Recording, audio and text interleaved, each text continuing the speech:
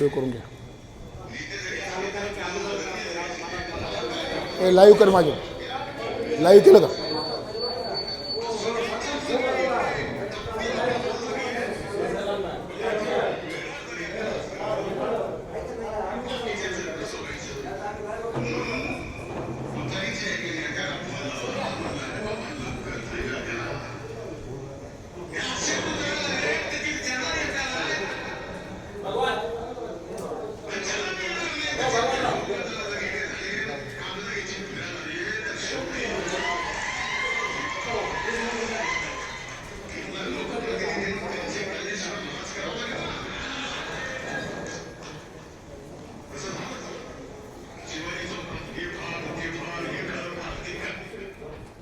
त्यांना सांगितलं एका सभेमध्ये, शिवाजी चौकात हे फाड ते फाड, एकाच कुटुंबातून अनेक जण उमेदवारी मागतात.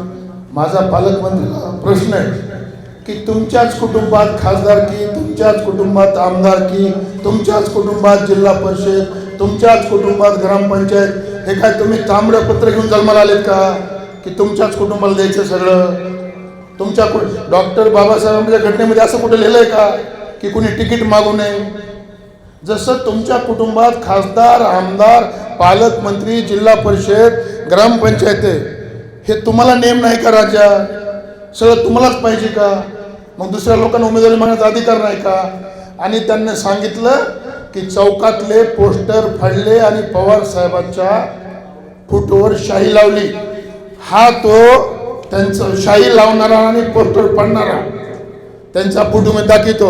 आणि त्यांच्या बाजूला त्यांचा भगवानराव नावाचा मार्केटचा संचालक, त्यांच्या सोबत हे त्यांचा कार्यकर्ता असून माझ्या ऑफिसला बाजूला असून त्या कार्यकर्त्यानं शाही लावली आणि त्याच कार्यकर्त्यानं फोटो लावला. पालकमंत्री धनंजय मुंडे यांनी सांगितलं या माणसाला की जसंच उमेदवारी राजाला डिक्लेअर झाली नाही तसे तिथले पोस्टर फाड, पवार साहेबांच्या फोटोवर शाही फेक कर, हे पालकमंत्र्याचं षडयंत्र मी आज तुमच्या समोर मांडलंय. आणि त्यांना माझा प्रश्न आहे की का बाबा तुमच्याच घरात खासदारकी, तुमच्याच आमदारकी, तुम्ही जिल्हा परिषद, तुम्हीच ग्रामपंचायत, कशामुळे तुम्हाला या प्रयत्न जनतेने निवडून द्यायचं? तुमच्याच घरात का द्यायचं एवढं सगळं? देऊ नये, तुम्ही उभा टाकू नये, प्रत्येकाला द्यावा. तुमच्या पक्षात अनेक कार्यकर्ते आहेत, आमचे वाल्मिकांना करालेत, त्यांना विधानसभेची उमेदवार द्यायला पाहिजे होती, ते खरे हकदार होते, तरी पण तुम्ही उभा टाकले. हे असे तुम्ही स्वतः तुमच्या घरात सगळं घेता. तुम्हाला कराड, फड, मुंडे, गुट्टे असे बाकीचे दुसरे जमत नाहीत का? तुम्हीच लागता का सगळ्या मतदारसंघात? किती वेळ झालं तुमचं चाललंय? तुमच्याच घरात सगळे पद घेता. त्यासाठी मी सांगतो, या माझ्या उमेदवारी न डिक्लेअर झाल्यास या ऑफिसचे पोस्टर फाडणे आणि त्या पवार साहेबांच्या फोटोवर शाही फेक करणे हे पालकमंत्र्याचं षडयंत्र आहे. हा त्यांचा मार्केट कमिटीचा डायरेक्टर भगवान नावाचा माणूस आहे, ह्या फोटोवर आहे. दुसरा प्रश्न आहे, आता पालकमंत्र्यावर गंभीर स्वरूपाचे गुन्हे दाखल आहेत, त्यांचा फॉर्म काढा. त्यांच्यावर गंभीर स्वरूपाचे गुन्हे दाखल आहेत. एवढा गुंड पुरवठचा माणूस जर असा आमदार पालकमंत्री व्हायला गेला तर जनतेला न्याय मिळणार नाही, व्यापाऱ्याला न्याय मिळणार नाही, मार्केट चालणार नाही, लोकांचे कामं होणार नाहीत, हप्ते वसुली हे ते असं होईल. आणि दुसरी गोष्ट आहे, या फॉर्मवर एक अतिशय महत्त्वाचं आहे, या फॉर्मवर एक 2 नावं आहेत, शिशू धनंजय मुंडे आणि शिवानी धनंजय मुंडे. माझं एक असं म्हणणं आहे, ज्यावेळेस मुलाचा जन्म होतो त्यावेळेस बापाचं नाव लागतं आणि त्याला जन्म दिलेली स्त्री असती, त्या स्त्रीचं नाव कुठे? ह्या 2 लोकांच्या आईचं नाव कुठे? मग तुमचं असं चाललंय का की तुम्ही फक्त संध्याकाळचा वापर करायचा, होणाऱ्या संततीला नाव द्यायचं आणि ज्याच्यापासून झाले त्यांचं काय करायचं? ज्याच्यापासून हे 2 लेकरं जन्मले त्यांना का नाव नाही लावलं पालकमंत्र्यांनी? हां, हे कोणाचे लेकरं आहेत? ह्यांची आई कोण आहे हे पालकमंत्र्यांनी सिद्ध करावं. राजकारण करीत असताना कुणाच्याही कुटुंबावर बोलू नये असा एक नियम असतो. तुम्ही काल काय बोलले? एकाच घरातून उमेदवारी मागितल्या. अरे पालकमंत्री साहेब, तुम्ही माझा फॉर्म बघा, माझ्या फॉर्मवर घटस्फोटी डायव्हर्शन पिटिशन नंबर सेट टाकलंय मी. मी गुट्टे फॅमिलीचा जवाई नाही, माझा डायव्हर्स झालेला आहे, घटस्फोटित फॉर्म आहे माझा, ते फॉर्म काढून दाखवा. तुम्ही सांगता की एका घरातून उमेदवारी मागितल्या, मग तुमच्या घरातून किती उमेदवार लागले आतापर्यंत? तुमच्या घरात सगळं कशामुळं? तुम्हीच खासदार, आमदार, सरपंच, जिल्हा परिषद सदस्य. माझा प्रश्न आहे, या शिशू मुंडे आणि शिवानी मुंडे, शिशू धनंजय मुंडे, शिवाजी धनंजय मुंडे यांच्या आईचं नाव ह्यांना सांगावं, डिक्लेअर करावं, लोकांना जनतेला कळावं ह्या 2 लेकराची माय कोण आहे.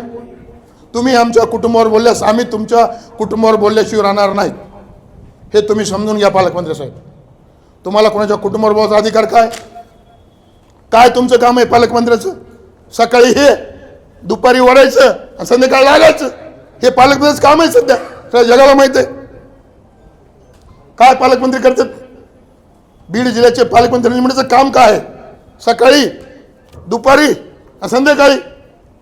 बंद करा हे. लाडकी बहीण योजना चालू केली, एकही बहीण तुम्ही तिथं, आता आम्हाला बोलायचं नाही. लाडक्या बहिणी किती संकटात आहे तुमच्या पळी मतदारसंघात. ह्या पालकमंत्र्यांनी पातळी सोडून बोलू नये. तुम्ही पातळी सोडून बोलताल तर आम्हाला पातळी सोडून बोलता येतंय.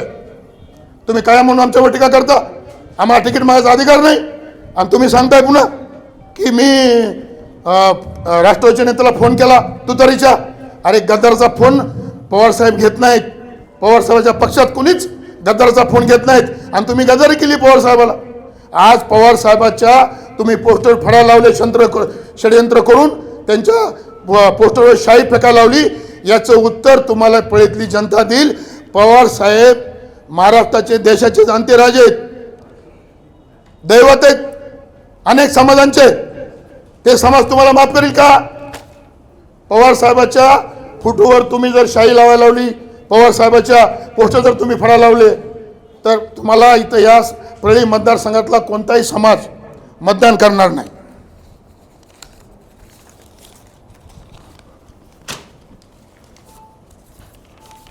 पोळ्याच्या दोन दिवस अगोदर पहाटे 3-4 वाजता पालकमंत्री गाडी चालित होते आणि तिथे एका महिलेच्या अंगावरून गाडी गेली. ती गुन्हा दुसऱ्याच नावावर कसा गेला? तो गुन्हा गुन्हा दाखल का झाला नाही? सगळ्या लोकांनी पत्रकाराला छापून आलं पेपरला की ते ॲक्सिडेंट कुणा केला, कोण गाडी चालित होतं. मी सांगतो तुम्हाला, त्या टायमाला धनंजय मुंडे नावाचे बीड जिल्ह्याचे पालकमंत्री गाडी चालत होते आणि त्या महिलेचा मृत्यू झाला, पण केस पण झाली नाही आणि दुसऱ्याचं नावावर केलं. त्या महिलेचं नाव होतं स्वाती शामराव राठोड, बेलंबा तांडा. यांच्या नात्याच्या फार्म हाऊसला जात असताना ते स्वतः गाडी चालत होते आणि एक आमची भगिनी ही बाथरूम टॉयलेटला बसली असताना तिच्या अंगावर गाडी नेली. ती गाडी कोण चालत होतं पालकमंत्री साहेब? त्याचे पुरावे आहेत आमच्याकडं, तुम्ही त्याचं उत्तर द्या. आपल्या परळी मतदारसंघातून पालकमंत्र्यांनी भीष्म प्रतिज्ञा केली, मी कोण्याही परिस्थितीत या परळी मतदारसंघात कमळाचं फुल येऊ देणार नाही. आज ती त्यांची प्रतिज्ञा खरी झाली. आज कमळाचं फूल आलेलं नाही. आज कमळाचं फूल परळी मतदारसंघातून गायब आहे. आज भारतीय जनता पार्टीच्या लोकांनी कुणाला मतदान करायचं हे ते संभ्रमात आहेत. त्यांना योग्य विचार करून योग्य उमेदवाराला मतदान करावं असं आमचं भारतीय जनता पार्टीच्या सच्च्या कार्यकर्त्याला आव्हान आहे की तुम्ही योग्य विचार करा. इथं कमळाचं फूल नाही आणि याच्यानंतर आता कमळाचं फूल येईल का नाही याची खात्री पण नाही. स्वर्गीय मुंडे साहेबांची ओळख पुसण्याचं काम आज या जिल्ह्याचे पालकमंत्री करतात. काय ठेवली गोपीनाथची ओळख? गोपीनाथ मुंडे साहेबांची ओळख काय म्हणून ठेवली? ज्या गोपीनाथ मुंडेंच्या जन्मताच मृत्यूपर्यंत कमळाचं फुल होतं, आज बी त्यांच्या गोपीनाथ गडावर कमळाच्या फुलात त्यांचा पुतळा आहे, तिथं आज कमळाचं फुलाचं चिन्ह नाही. म्हणजे गोपीनाथ मुंडेंचं ओळख पुसण्याचं काम या जिल्ह्यातून जर कोणी केलं असेल तर ते पालकमंत्र्यांनी केलं. मी सर्व पुरावे तुम्हाला दिलेत, मी पुरावे दिलेत सगळे. या गोष्टीचं पालकमंत्र्यांनं आम्हाला उत्तर द्यावं आणि कुणाच्याही कुटुंबावर कुणाच्याही बोलताना थोडा विचार तारतम्य ठेवावं. काय माल लावायचं आणि बोलायचं काय सगळ्या जगाला माहिती आहे तुम्ही कसं बोलता, कोणत्या नशेत बोलता. आम्हाला पण माहीत आहे, आम्हाला पण बोलता येतंय. त्यासाठी आम्ही पालकमंत्री विनंती करतो की पालकमंत्री साहेब, तुम्ही राज्याच्या चांगल्या पदावर बसलेले व्यक्ती, तुम्ही बोलण्यामध्ये तारतम्य ठेवा. कुणाच्याही कुटुंबावर बोलण्यापेक्षा त्यांची परिस्थिती जाणून घ्या, त्यांची बघा त्यात काय झालंय काय नाही, कोण कुणाचा काय आहे हे त्यांना विचार करायला पाहिजे. पालकमंत्री काहीच नाही, 24 तास ते काम आहे त्यांची, सकाळ दुपार संध्याकाळ मी सांगितल्याप्रमाणे, दुसरं काही काम नाही त्यांना. त्यासाठी पवार साहेबावर चे पोस्टर फाडलेले, पवार साहेबावर शाई फेकलेली, हे षडयंत्र जे तुम्ही केलं याचं जवाब उत्तर येणाऱ्या 20 तारखेला जनता तुम्हाला मतदानातून देईल.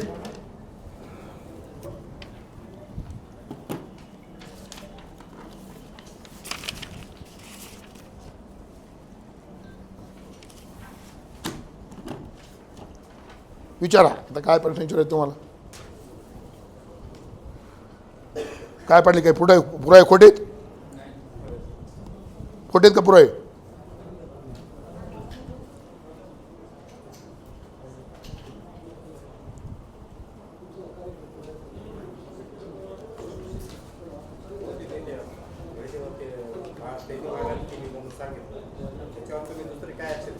काय आम्ही आता त्याची आम्ही ते एफ आय आर होऊ दिलं नाही, केस दुसऱ्याच्या नावावर घ्यायला लावली. हो, आम्ही सगळ्याला पत्र लिहिलेत, आम्ही चौकशीची मागणी केली, आम्ही CBI चौकशीची मागणी केली त्याची. आम्ही जे परळीमध्ये गुन्हा दाखल झाला आहे, जे परळीमध्ये जे प्रकरण घडलं, हे पोळ्याच्या 2 दिवस अगोदर जी महिला एक्सपायर झाली तिची आम्ही CBI चौकशीची मागणी केली. आम्ही पत्राद्वारे राष्ट्रवादी काँग्रेस पक्षातर्फे मी मागणी केली की या जी महिला त्या एक्सपायर झाली ती कुणाच्या गाडीने मेली, कोण गाडी चालवत होतं, याची CBI चौकशीची मागणी आम्ही केली.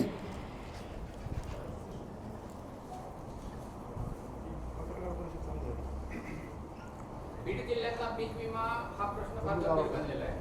बीड जिल्ह्यामध्ये आत्महत्याग्रस्त शेतकऱ्यांची संख्या देशभरामध्ये जास्त आहे आणि शासनाने शेतकऱ्यामध्ये पीक विमा भरा ही जी योजना आणलेली आहे, म्हणजे ती शेतकऱ्यांच्या हितासाठी आहे किंवा शासनकर्त्याच्या हितासाठी आहे? 1 रुपयाची पीक विमा योजना आणली आहे. ती योजना महाराष्ट्रामध्ये बीड जिल्हा सोडून अतिशय सुंदर योजना आहे, चांगली चालते. फक्त बीड जिल्ह्यामध्ये ती योजना फक्त पालकमंत्र्यासाठी, रुपये आपण भरायचा आणि विमा पालकमंत्र्यांनी मंजूर करून आणायचा, पुन्हा त्याची नोट बनवायची, त्याचा अहवाल तयार करायचा, तो विमा रद्द करायचा, तो कंपनीला पैसे वापस करायचे आणि पुन्हा पालकमंत्र्यांनी कंपनीसोबत 60 लोटं करून वाटून घ्यायची. म्हणजे पीक विमा हे बीड जिल्ह्यामध्ये कुणालाही मिळालं नाही, पीक अनुदान मिळालं नाही. हे फक्त पीक विमा आणि अनुदान हे माझ्या अंदाजाने ह्या 4-5 वर्षात 300-350 कोटीचा भ्रष्टाचार या पालकमंत्र्यांनी केला.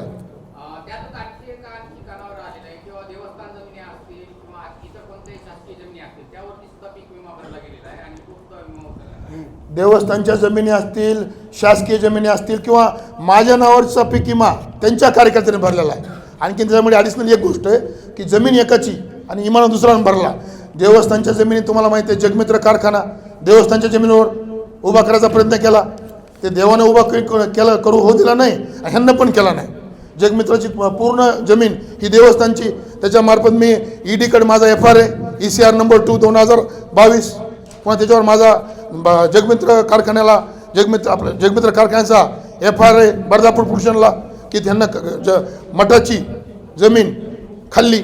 असे किती आरोप यांच्यावर सिद्ध आहेत. तिथं असंच नाही तर त्या कारखान्यामध्ये सुद्धा मेलेला माणूस जो 98ला मेला त्यानं 2010ला अंगठा केला जिवंत म्हणून, असे पुरावे पण मी कोर्टात दिले.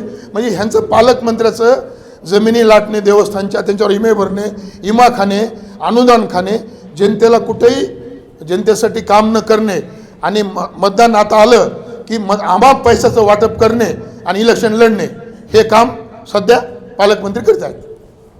हमी भावानं खरेदीच्या संदर्भात कापूस आणि सोयाबीन 16 ठिकाणी सुरू करण्यात आलेले आहे असे पालकमंत्र्यांनी सांगितले, कृषी मंत्र्यांनी सांगितले, परंतु अद्यापही त्याची अंमलबजावणी झाली नाही. 16 ठिकाणी हमी भावानं खरेदी केंद्र सुरू करायला सांगितलं, पण मी सांगतो तुम्हाला एकही बीड जिल्ह्यात एकही मला पालकमंत्र्यानं एकही चालू दाखवा, खरेदी केंद्र एकही चालू करून दाखवा. पालकमंत्र्यानं खरेदी केंद्र दाखवा, 1 लाख रुपये बक्षीस मिळवा. आज माझं त्यांचं आव्हान आहे, कुठलं एक खरेदी केंद्र दाखवा चालू. सोयाबीन असेल, कापूस असेल, या बीड जिल्ह्यामध्ये एकही खरेदी केंद्र चालू झालं नाही, एकही केलं नाही. फक्त घोषणा, तोंडी घोषणा, बाकी काही नाही यांचं. फक्त तोंडी घोषणा करायच्या, मी शेतकऱ्यासाठी हे केलं, मी शेतकऱ्यासाठी ते केलं, मी अमुक केलं, मी टमुक केलं. पण शेतकरी देशोधडीला लावला, शेतकरी मातीत घातला तर फक्त आणि फक्त बीड जिल्ह्याचे पालकमंत्री धनंजय मुंडे यांना शेतकरी मातीत घातला बीड जिल्ह्याचा. एक सर्वसामान्य नागरिकांच्या मनामध्ये पडणारा प्रश्न आहे की बीड जिल्ह्याची वाटचाल ही बिहारच्या दिशेने होत आहे, कारण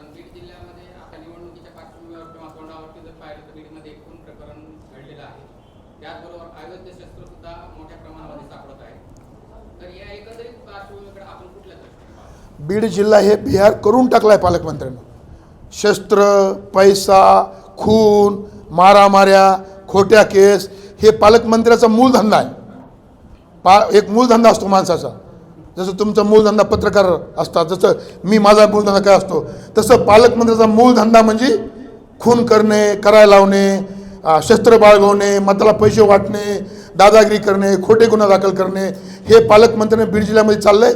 या पालकमंत्र्याला घरी बसल्याशिवाय बीड जिल्हा आणि पळी माणसात येणार नाही, सुधारणार नाही. हे खून खराबे बंद होणार नाहीत. पालकमंत्री जो पण या पळीच्या राजकारणात आहेत तोपर्यंत पळी मतदारसंघ हे वाटोळं होणार, जनतेचं वाटोळं होणार, व्यापाऱ्याचं वाटोळं होणार, मतदारसंघाचं शेतकऱ्याची माती होणार. पालकमंत्री कुठल्याही पालकमंत्र्यापासून कोणत्याही समाजाच्या घटकाला आधार नाही, त्यांच्यापासून नुकसान आहे. होणारे फायदे कोणतेच नाही समाजाला, कोणत्याही समाजाच्या घटकाला. मी एक समाज म्हणत नाही, सर्व समाजाच्या घटकाला पालकमंत्र्यापासून फक्त नुकसान, लूटमारी, हाणमारी हेच मिळतं. फायदा कुठल्याही समाजाला, कोणत्याही समाजाला झाला नाही. आपल्या पक्षाचा उमेदवार राजेसाहेब देशमुख, काही कार्यकर्ते असे म्हणतात की काही तुम्ही किंवा अजून दुसरे कोणी नेते मंडळी प्रचारासाठी फिरत नाही, हे खरं काय? आम्ही सर्व तुमच्याकडे न्यूज आहेत, गाठीभेटीवर बिर आहे. काही लोक दौरे करतात, काही लोक गाठीभेटी घेतात, काही लोक सभा करतात. प्रत्येकाला काम हे वेगळं दिलेलं आहे. पवार साहेबांनी माझ्याकडचे काम दिले, प्रत्यक्ष गाठीभेटी घेऊन ते माझं काम चालू आहे मतदारसंघात. तुमच्याकडे बातम्या आहेत पेपरला, माझ्या गाठीभेटी चालू आहेत.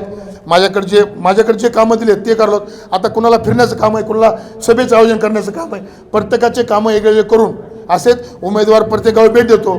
उमेदवाराचा परिचय या मतदारसंघात कमी असल्यामुळं त्यांना म्हणजे गावगाव जाण्यावर भर आहे. आता मी इथला लोकल असल्यामुळे, माझ्या सुरत ओळखी असल्यामुळे मी फक्त वैयक्तिक गाठीभेटी घेतो. असं प्रत्येकाचं वेगळं आहे. कुणी दौरे करतात, कुणी सभे लावत आहे. राजकारणात पक्षाचं सर्व ताकदीनं सर्वाशी प्रत्येकाचे काम वेगळे घेऊन पक्ष काम करीत आहे.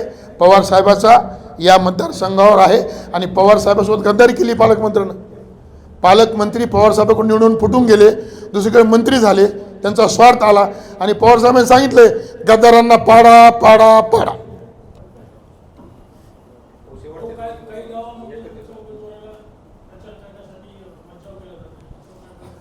काल एका गावामध्ये असं घडलं की तिथं राष्ट्रवादी काँग्रेस शरदचंद्र पक्षाचे उमेदवार राजेसाहेब देशमुख यांना हाकलून लावण्यात आलं. मी तुम्हाला सांगतो, ज्या गावात हे झालं त्या गावचं नाव खोडवा सावरग आहे. ते गाव अत्यंत देवदेव करणारं गाव आहे, देवाला मानणारं गाव आहे.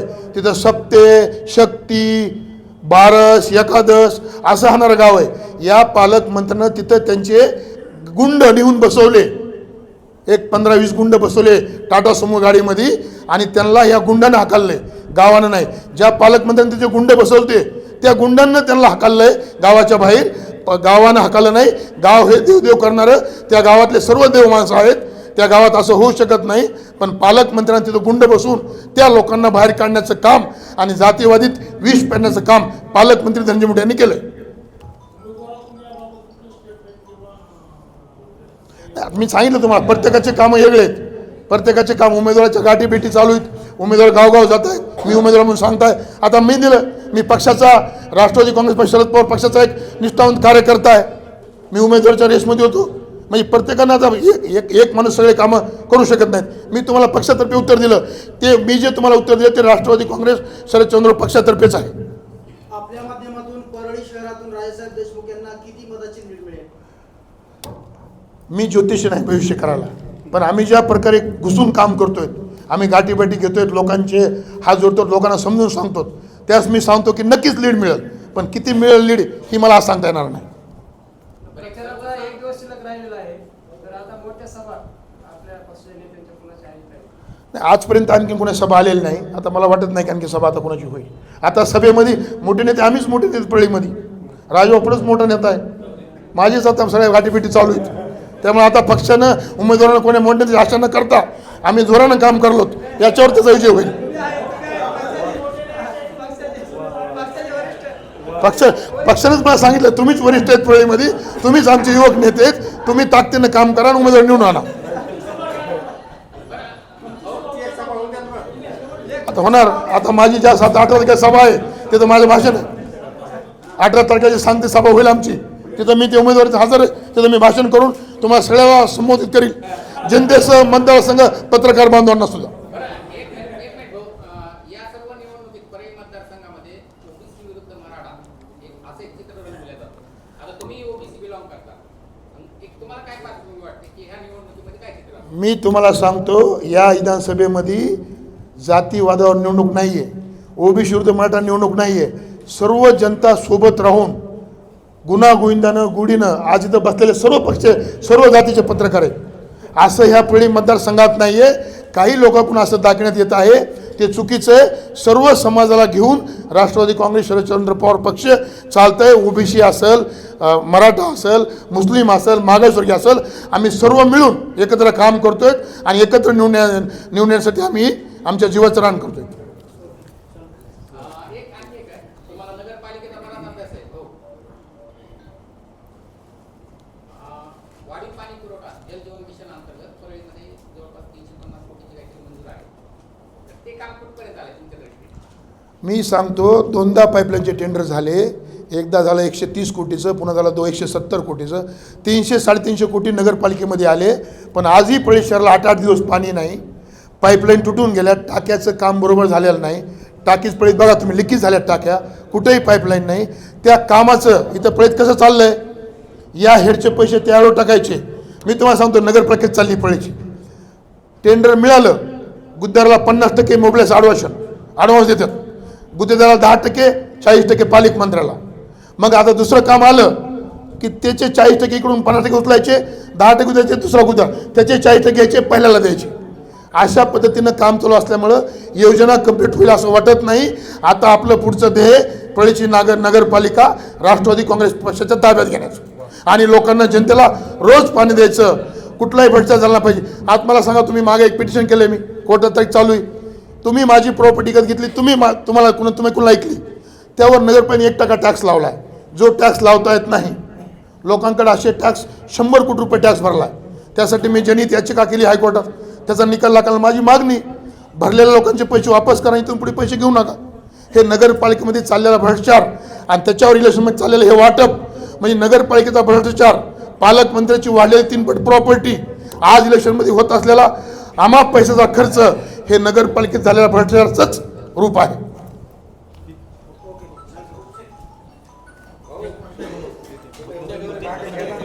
देतो.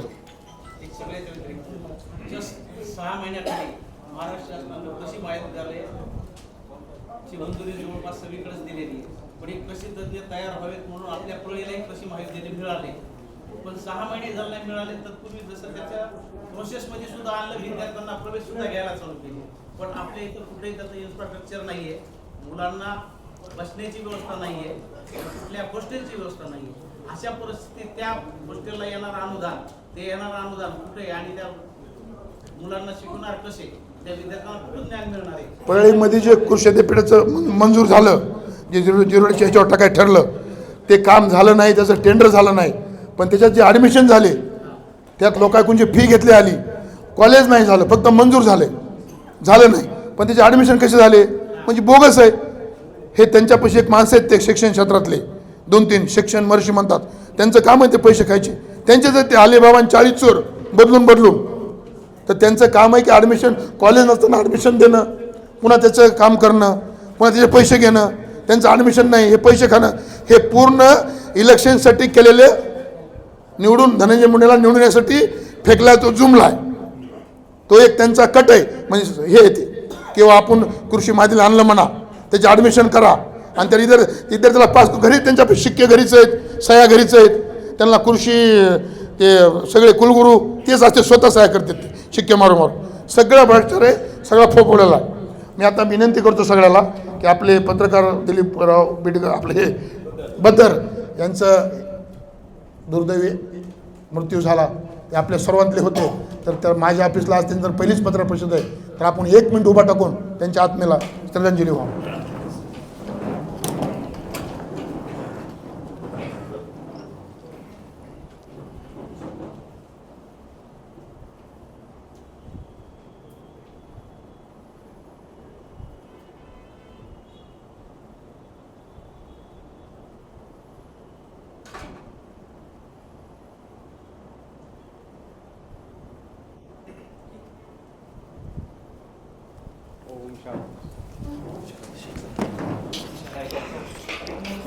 तुम्हाला पुरावा दिलेत पाटील. असंच त्या कालचं पण असंच घडलं, त्याचे पुरावे येतील वापस आता. काल जे घडलं हाकलायचं ह्यांचेच गुंड पाडलेले होते.